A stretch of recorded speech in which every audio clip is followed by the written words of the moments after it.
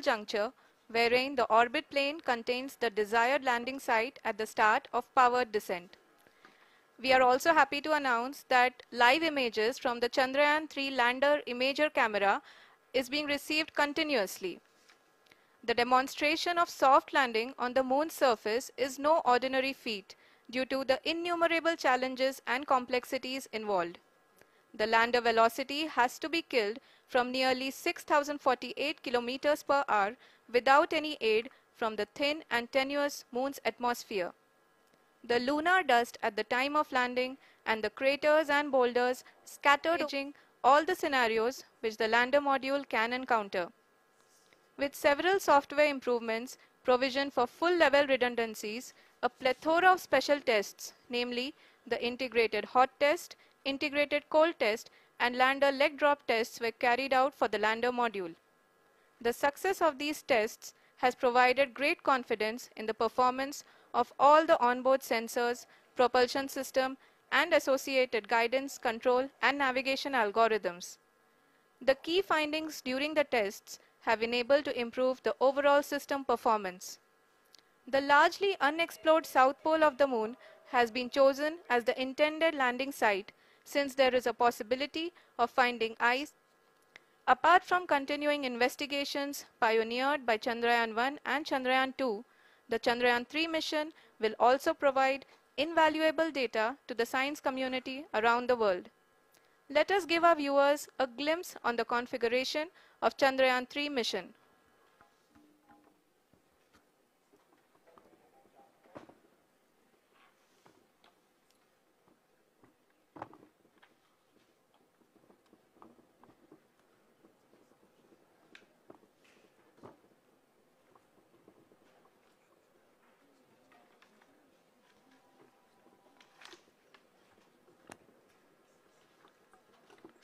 चंद्रयान 3 का mission plan लगभग चंद्रयान 2 के तरह ही बनाया गया है।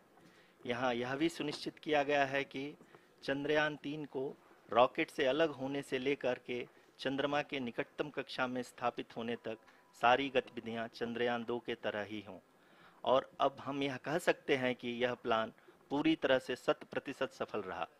हालांकि लैंडर मॉड्यूल के सेंसर्स और प्रोपल्शन सिस्टम को इस तरह से मजबूत किया गया है कि लैंडर पावर डिसेंट के समय किसी भी आपदा से बाहर आकर के मिशन के मुख्य उद्देश्य को पूरा कर सके। इस क्रम में लैंडर के मुख्य सेंसर्स कारा, लासा, LHBC, LDV और LHDAC का कार्यात्मक परीक्षण भी किया जा चुका है। LDV जो कि पूर्णतः स्वदेशी तकनीकी से बनाया गया एक नया सेंसर है, इसका मुख्य कार्य लैंडर के वेलोसिटी को तीनों अक्षों में कंप्यूट करना है। पावर डिसेंट के दौरान लैंडर के सटीक पोजीशन और वेलोसिटी का ज्ञान होना बहुत ही आवश्यक है। लिराप यानी laser inertial referencing and accelerometer package इस कार्य को पावर डिसेंट के दौरान बखूबी निभाएगा। ट्रैजेक्टरी जनरेशन जो कि चंद्रयान 3 मिशन के लिए बहुत ही अहम है, क्योंकि हर ऑर्बिट मैन्यूवर के बाद यह सुनिश्चित किया जाता है कि लैंडर की मिशन ऑब्जेक्टिव को ना बदले। इस क्रम में मैं यह भी आपको बता दूं कि ऑर्बिट डिटर्मिनेशन जो कि उपग्रह के पोजीशन और वेलोसिटी को बहुत ही एक्यूरेटली बताता है, एक बहुत ही कठिन और जटिल कंप्यूटेशन और एस्टिमेशन होता है। यहाँ यह भी जानना महत्वपूर्ण है कि चंद्रयान 2 का OHRC पेलोड अब तक काफ़ी ऊंचे स्तर का डैम प्रदान किया है, जिसके फलस्वरूप लैंडिंग साइट के सीमा को बढ़ाकर 4 × 2.4 किलोमीटर कर दिया गया है, जो कि पावर डिसेंट के दौरान सॉफ्ट लैंडिंग कराने में काफ़ी सहायक सिद्ध होगा। Apart from the sensors, Chandrayaan-3 is equipped with a suite of sophisticated payload instruments. While Chandrayaan-1 and Chandrayaan-2 orbiter have provided abundant remote sensing data of Moon,